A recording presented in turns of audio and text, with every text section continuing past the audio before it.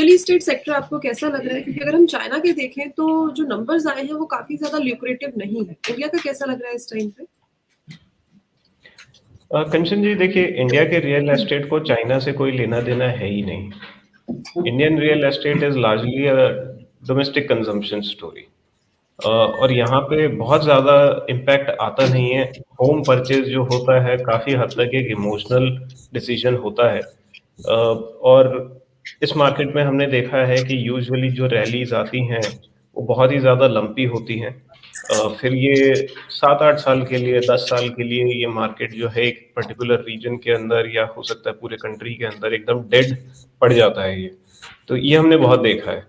Real estate market is not something that retail investors should participate in that, at least directly. अगर आपको real estate sector को play out करना है तो मेरे ख्याल से बेटर अपॉर्चुनिटीज जो होती हैं वो एंसिलरी सेक्टर्स में है।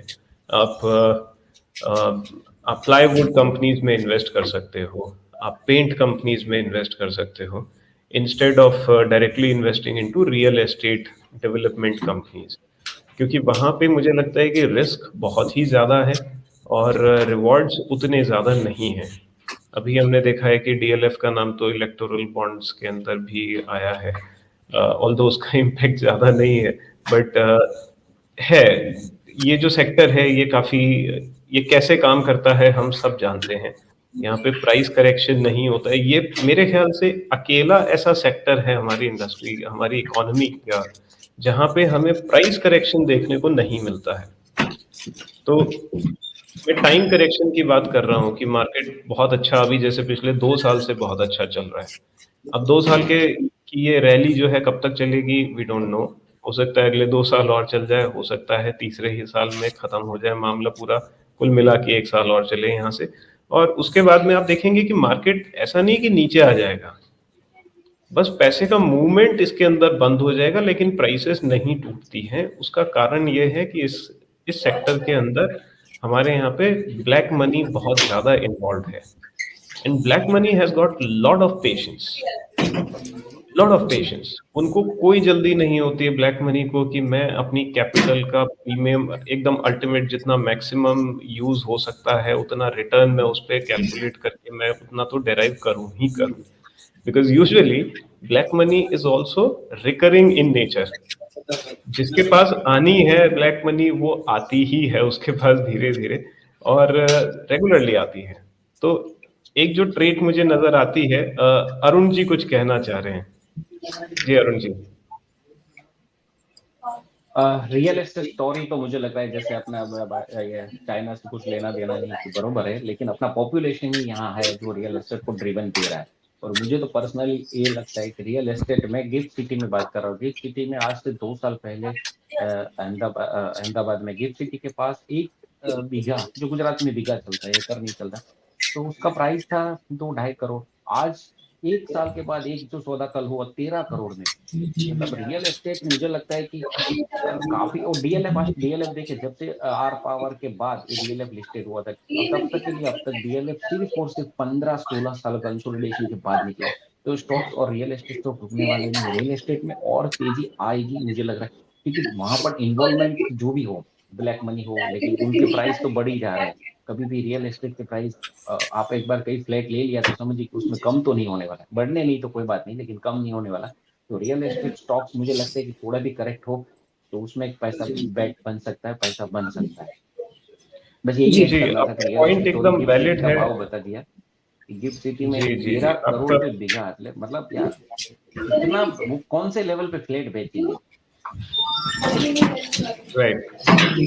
तो कंचन जी, मैं आपसे रिक्वेस्ट करूंगा एक बार आप डीएलएफ का चार्ट खोलिए और मैक्सिमम टाइम फ्रेम का चार्ट लगाइए। मेरे ख्याल से मैंने जॉब मार्केट में एंट्री की ही थी जब डीएलएफ का आईपीओ आया था। मेरा आई थिंक मैं कॉल सेंटर में काम किया करता था उस टाइम पे। ये मैक्सिमम चार्ट है, मैक्सिमम टाइम फ्रेम का। आप देखिए एक पॉइंट था जबकि यहाँ पे दोनों साइड में आपको दो कुतुब मीनार नजर आ रही हैं, और अगर आप इतने अनफॉर्चुनेट थे कि आपने स्टार्टिंग वाली फर्स्ट जो मीनार है उसके हाई पॉइंट पे या उसके आसपास आपने बाय किया, तो आपको फिर वेट करना ही पड़ गया, बस करते ही रहना पड़ गया। तो माय हम्बल समेशन इज, अगर आप रियल एस्टेट को प्ले आउट करना चाहते हो तो आप डायरेक्टली रियल एस्टेट कंपनीज के अंदर इन्वेस्ट ना करें।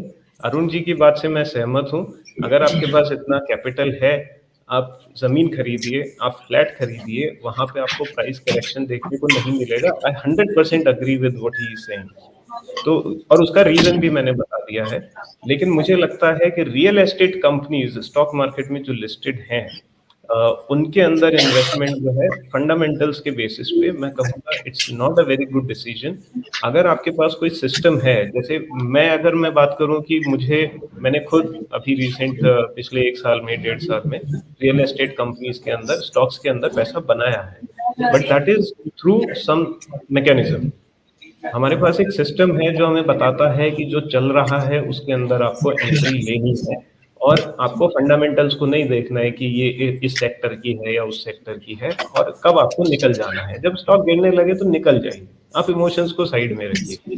तो प्लीज आप यहाँ पे ये चीज जो है, हम अपने दर्शकों को बताना चाहेंगे, रीट्रेड करना चाहूंगा मैं, कि आपके पास अगर एक सिस्टम है तो कोई फर्क नहीं पड़ता कौन सी इंडस्ट्री के अंदर आप इन्वेस्ट कर रहे हैं, लेकिन अगर आप लॉन्ग टर्म के लिए कर रहे हैं और फंडामेंटल्स को सोच के कर रहे हैं कि रियल एस्टेट जैसे अभी पिछले 2 साल में बढ़ा है वैसे ही बढ़ता रहेगा हमेशा, I think it would be a grave mistake. बहुत लोग हैं, जैसे ये चार्ट बहुत अच्छे तरीके से एक्सप्लेन कर रहा है, कितने साल निकल गए हैं इस बीच में। कई लोग जी, वो जो चार्ट्स हैं, पे भी पूरा का पूरा यहाँ पे हम देख ही रहे हैं कि कितने टाइम पहले 2008 में वो लेवल्स थे और उसके बाद अब जाके वो लेवल्स आए हैं।